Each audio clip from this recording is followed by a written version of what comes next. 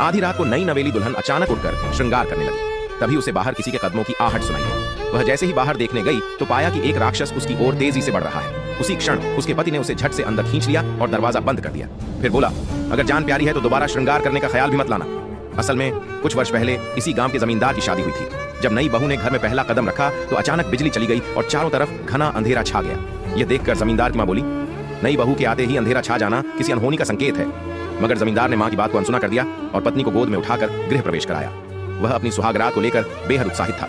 उसने पत्नी से कहा, आज से यह पूरा महल तुम्हारा है, तुम इसकी असली मालकिन हो। फिर वह उसे महल घुमाने ले गया। महल के पास एक घना जंगल फैला हुआ था। दोनों बातें कर ही रहे थे कि अचानक पत्नी ने उसे धोखे से एक गहरी खाई में धक्का दे दिया। जमींदार हैरान रह गया। खाई से लटकते हुए उसने मदद की गुहार लगाई, मगर उसकी पत्नी ठहाका मारकर बोली, तुझे क्या लगा मैं तुझसे प्यार करती हूँ? मुझे तो सिर्फ तेरे पैसे से प्यार है। इतना कहकर उसने अपने गहने उतारकर उसके चेहरे पर दे मारे। जमींदार खाई से नीचे गिरकर जंगल में जा पहुंचा। उसका शरीर लहूलुहान हो गया। तभी वहां एक वनमानुष आ गया और उसने उसकी जान ले ली। लेकिन मौत के बाद उसकी आत्मा उसी वनमानुष में समा गई।